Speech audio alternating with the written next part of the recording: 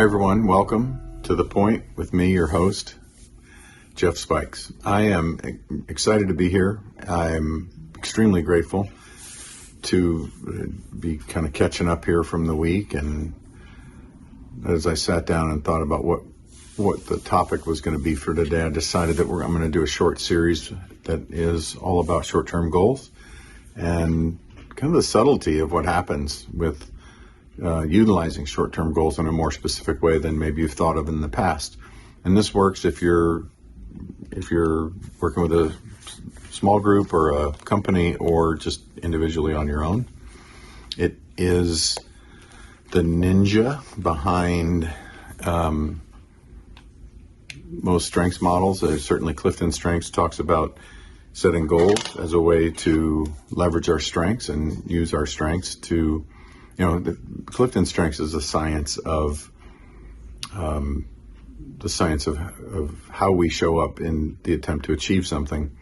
And it's not a personality test or assessment, right? It's certainly it can be used that way, but this episode is not meant to be about Clifton Strengths necessarily as much as it is the design of using short-term goals. And one of the things that happens in that is that short-term goals tend to change frequently.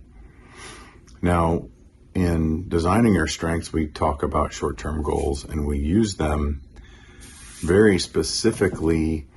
We're looking for short-term goals that are related to something that you're excited about or passionate about that you really want to do, because when we're excited about something, it's easier to move forward towards it.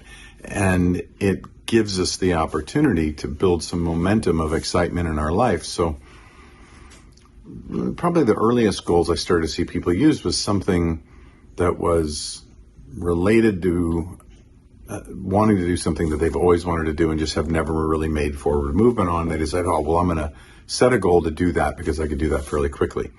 And maybe it's take a certain type of vacation, or maybe it's go skydiving, or take a fishing trip, or do something with their kids they hadn't thought of, or that they had thought of but never really just set the time aside to do. Well, if it's something that someone's always dreamed of or always thought of doing and they had never made traction on it, just take a minute to breathe into the idea and think about what that feels like to finally make forward movement on something that excites you. It's exhilarating, and it breeds hope and brings some self-belief, and it just starts building all kinds of things, and those are great to do. Now, once another common or typical type of goal that someone sets is something they feel passionate about because they think it's the right thing to do, or it's something at work or something at home that they've just been wanting to get better. And it's not necessarily related to a vacation or some type of joy like that, but it's really important to them, and so they're passionate about it, and so there's a lot of drive. Well, same thing. Here's the difference. As we start moving towards these goals, it's important to remember that we don't know what we don't know. So if we're trying to achieve something that we haven't achieved before, maybe it's a certain level of organization in the home, or maybe it's a construction project, and we just don't know what we don't know.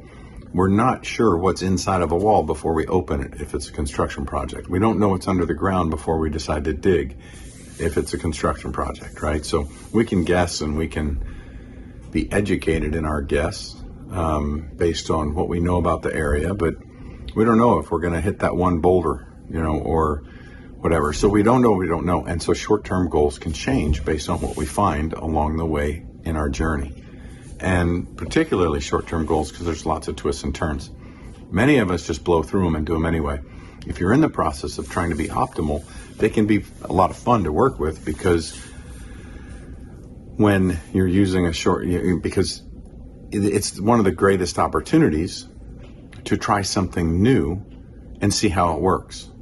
So in designing our strengths, that's one of the things that we leverage, is those short-term goals and trying something different about our approach, even if it's something very subtle. Now, I was going to use a couple of different examples of what change process is, but I think I'm going to lean back on Old Faithful being weight. I making that decision right now as I'm talking, but I can always lean back on the other thoughts and stories I had, but quite honestly, it's one of the biggest changes I've made in quite some time was my health, and which wasn't all about weight, but it started out being a weight issue and a chasing of weight problems. So I'm just going to say right now, unless you're, I'm just going to say this. I believe that if we're chasing weight problems, we're pretty wrapped around the axles on some bigger problems. That's what it was for me. I was chasing a weight problem, and I thought it was a weight problem, and I wasn't paying attention to body composition. I wasn't paying attention to strength. I wasn't paying attention to lifestyle. I wasn't thinking through what I wanted to be able to do physically, but I just was really paying attention to what I wanted to look like and how I wanted to feel, and I knew I didn't want to be heavy, never really understanding that the active lifestyle I was living wasn't active enough to really build the muscle or maintain the muscle that I was wanting to maintain. And the starvation type diets that I was going into, and the types of diets that were being recommended, I'm not even going to say by doctors, although one or two of them were, but they were mainstream ideas that were promoted and sold, so to speak, that I'd buy into, or cleanses like the lemonade cleanse and things that we do. But regardless, I was chasing that, and I became what one person coined the phrase of skinny fat, because I certainly lost a lot of weight, but I didn't have the body composition, so I still had a higher fat content of body composition that wasn't healthy. And as I started getting better, we uncovered some problems that were pretty important. So I don't want to dig into that too much, but I want to use it as an example because it has this long-term example with a ton of short-term goals built into it. Bottom line was that I decided at 50, I'm going to get in the best shape of my life. And that's a pretty vague and unclear picture, but I knew what it meant inside my brain and inside my body. I knew what it would feel like when I was there, and the stages where I was hitting wins were not where I wanted to go.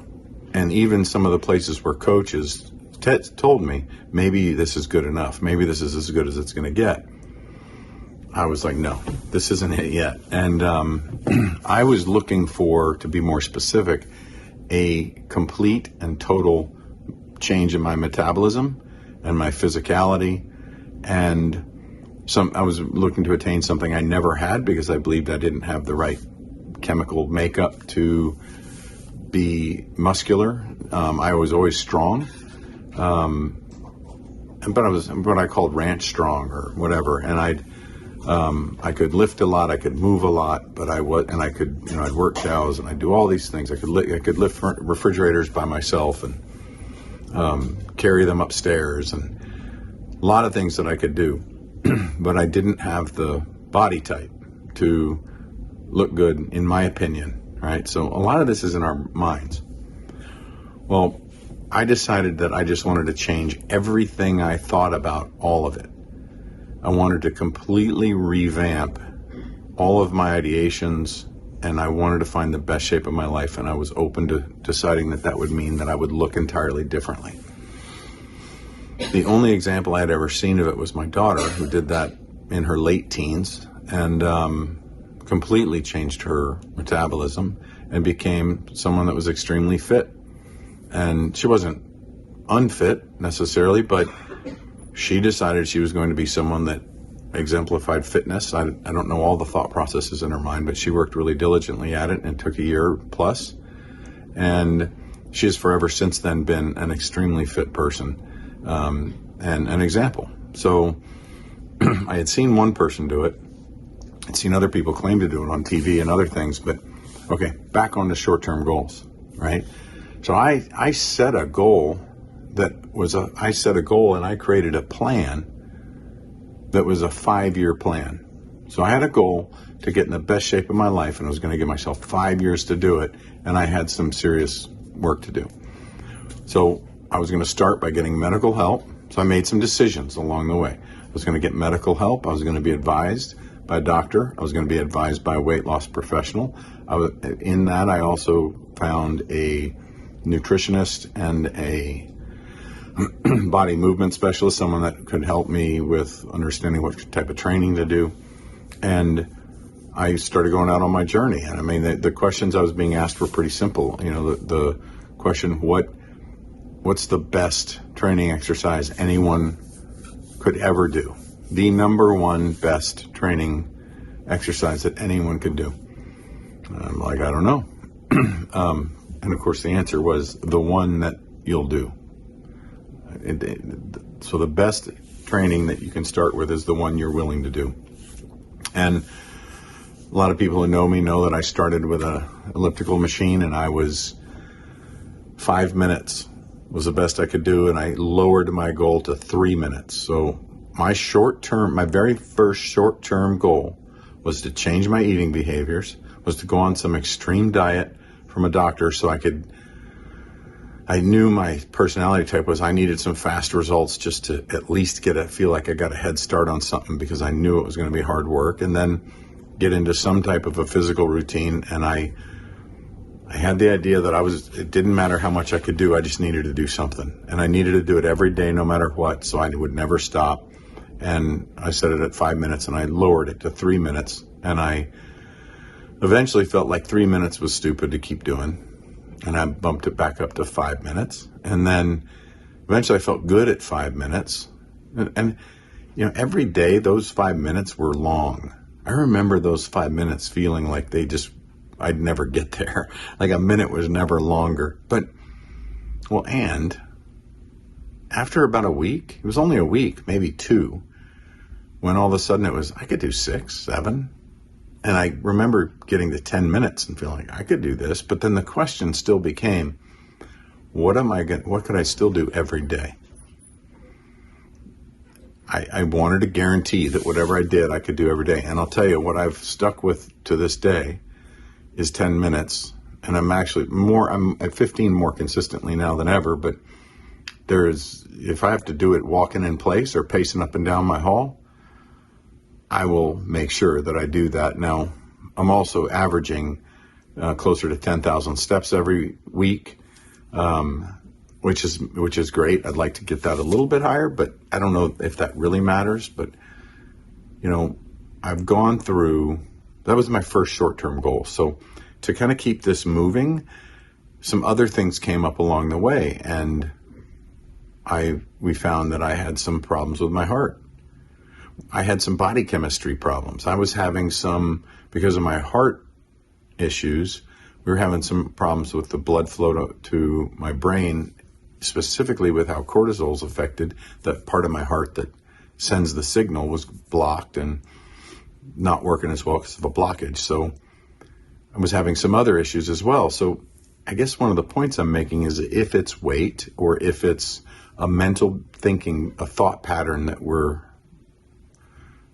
we've ingrained into a rut, if it's a behavioral thing that we've just done so frequently, so often, if it takes us 15, 20, 30 years to get somewhere, it's probably going to take more than 15 minutes to correct it, I guess is the point I'm making, right? And I realized that by setting a 5-year goal. What I didn't realize, although it became clear, is that I was going to have the same issues I do at 7 and 8 years from my initial goal. Not same issues, but that I was going to be having more short-term goals, that I wasn't going to achieve the best shape of my life yet, because something happened along the way that changed, which is that I began to believe that there's no end to improvement, and that the best shape of my life could continue to be redefined, especially with new science and with other things happening, that I could continue to be in elite condition for as long as I wanted to. And I've chose to stay on that road. So I'm still setting and resetting new short-term goals and long-term goals on what could happen. But more of it's about knowing what I want. And this is important, I guess, to it. It was about knowing what I want in the bigger picture, and then being flexible and adaptable enough to adjust to whatever's happening. And the more visceral, the more understanding I had of that bigger goal, the easier it was to the easier it was to move things around, and the easier it was to hit my goals, and the easier it was to adjust along the way on the shorter term goals without losing track of really what I wanted. So, and the progress that I was making, because eventually, so one thing I did, a short-term goal became tracking. I wanted to track everything I did. I wanted to track the amount of water, the amount of sleep, I was tracking 8 major components in my life I tracked. And one of those was food intake. And that was 3 or 4 things all on its own that I was tracking. But it was important, but it wasn't important to learn to track so I could track the rest of my life. It was important at the time to learn to track so I could understand the relationship to the food, so that when I saw changes in my weight, because I was also tracking weight and water intake, I could start learning what's happening in my body based on how I'm treating it in what I'm choosing to ingest. So as I went through changes and fluctuations, it stopped being such a mental problem. If the scale changed, or if I felt bloated, or if there was something else going on, and I was able to use the short-term goals to make adjustments and to correct things without going crazy. And most of the time, I could just stick to the daily behaviors I had set. But when my heart started giving me trouble, I had to adjust. I had to change. Now, after my heart issues, and I went to get in really good physical condition, and I started to gain more confidence that my body was going to be capable, a lot of things changed. And I tried doing some extreme training stuff that still paid off incorrectly. I do not recommend anyone go to these boot camps and do the short-term goals in fitness. The things we think we can run at it for 90 days and get it all better, in my opinion, they're unless you're elite and optimal already, and you need you're already so close that you can do a 60-day push and get yourself right where you want to be. That's different. But if you're coming from a place of not being very healthy, however you see that, and you want to make the turn and actually bring yourself back to a place of elite condition, it's a little bit different story. We've got to be prepared for changes along the way. The 60-day bursts and the 90-day bursts aren't it. They're not going to work. When people say, man, it's a lifestyle, nothing I do for my fitness is a lifestyle. The lifestyle is how I'm living and what I want to live and what I'm hoping to live and what I'm believing I will live based on decisions I'm making today in business and in behaviors that I'm doing financially and other things. Those are going to pay off in a way. The diligence of the daily behaviors will pay off in a way where I will live a certain lifestyle and I'll feel good about that. That's the idea, right? Fitness, all these things are the same. The changing the daily behaviors around what we know works in that area doesn't work. However, when there's something major that happens and when we need to adjust, that's where the short-term goals come in and our adaptability and our flexibility kick in. So the point is that the short-term goals really change a lot, but it's dangerous in major life planning, fitness, finances, family, so health, wealth, family, the better picture, large picture frame that we have, the better understanding we have of what we want in a global level, gives us the freedom to change and adapt to the smaller micro, macro behaviors that are happening in life and adjust to them without losing traction. And when we use those larger overarching goals to anchor in standards and values, then again, we are stabilized to be able to do the short-term goals. Much different from just picking something we're passionate about and setting short-term goals to get to try and achieve something fun in order to exercise something different about the way we move forward, or doing some short-term goals at work or something else. It's different. Although even at work, there's this bigger picture of structure of what we're working within that makes it safe if we're in a company environment to set short-term goals and do something different in our behaviors around those short-term goals, because there's that safety in that larger umbrella or that larger box of security of a job. So in the larger frame we give ourselves of our spirituality, our family, our homes, our bigger picture understanding of what we want in our physical self and how we behave. And, the bigger frame we have, the more solid picture we have on a big picture, it makes it easier to make the shorter term goals and adapt and adjust with confidence that we're going where we're meant to go. So when I was hit hard with the idea of needing to address my heart, I had no doubt in my mind that I was still on track to hit my 5-year goal. It was just something that was meant to be uncovered as I went along. And it did change my goals, because the way my heart was fixed, many people get blockages taken care of in their heart with stents, and they're better within a few days. For me, the type of blockages it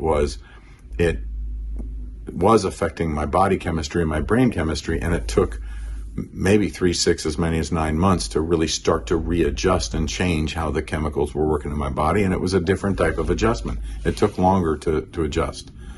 And along the way, there were other things. There were types of exercises that could help my hormones and my metabolism and do other things that were, I was fighting against myself in my heart. The other thing that's happened along the way is that I've come up across these issues where I'm having mineral deficiencies because I was drinking too much water at one point. And I was getting a lot of cramping and other things. Well, how do I adjust to that? So that gave me more freedom to make these short-term goals and try new things and because I had the larger framework of understanding where I'm going in a big picture, I didn't have to put anything at risk to readjust and start playing with the short-term goals and do something different within. I'm not going to lose muscle, and I've learned how not to lose muscle or strength if I want to keep moving forward. I don't have to just stop training altogether. I may not be building muscle if I'm slowing down to readjust minerals in my body or take advice from a doctor or get some testing done on something else, but I never have to let go of the longer-term goals. So the subtle art of shifting our short-term goals, the importance of having, this is why this is going to be like a 4-part series, the importance of having this huge, like as big as we can think of, anchored vision of what we want in life, which for me is I'm always changing and working on and trying to improve how visceral I think of it. That does take effort. It's fun, but it's more fun than a lot of things I could think of doing. But so having that anchored, having that really stable view of what I want is really important. And then knowing what I'm passionate about is another. But we're really going to break down what happens as short-term goals change and how we can take advantage of that. One of the things that happens as we start getting closer to what we want is that the field narrows. We start gaining in belief, and the temptations and the things that used to distract me have fallen off, and I don't have half the issues that I did mentally turning over and worrying about processing through decisions that used to baffle me. It's much easier to make decisions because the standards of values are set and I know what I want in a bigger picture. So when the short-term goals change, it's not as earth-shattering. So cool deal today, because I hit the objectives I was trying to hit, I believe. I understand what I want to talk about in the next few episodes and why. And something new came out of this too. So something new came out of this because I've got the awareness and the thought process of how this separates between adjustments that happen along the way because of unexpected life things that can happen, and the importance of all the other work that we do. And then there's also that whole thing of the fun of working with our short-term goals. So I'm going to end it here. I'm going to pick this back up, and like I said, as part of either 3 or 4-part series. We'll see how quickly we can get through these things. The entire thing is going to be about change. It's going to be about goal setting and the power of short-term goals. And I think that's it. We're going to end it here. Everyone have a great week. I look forward to hearing from anyone and everyone on your thoughts and comments. Those of you that are becoming loyal followers and they're asking me what's up next and giving me ideas of things to talk about, I really appreciate you, and I'm grateful as heck to be a part of your success. And the more of us that go together towards the dreams and goals and visions that we want, the better off we can be. The better chance we have at making an impact in this world and bringing more joy. So, see you next time. Thank you for joining us for another amazing episode of The Point with me, Jeff Spikes.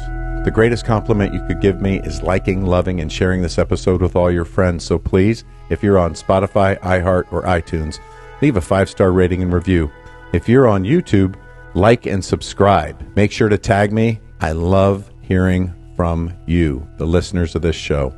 The links for all my social and iTunes are in the show notes. Also, if you'd like to engage with me in anything related to my coaching, consulting, speaking, or programs, please visit jeffspikes.com for everything you would need to know to engage with me offline. And lastly, thank you for your time, your attention, and your consideration. This is The Point.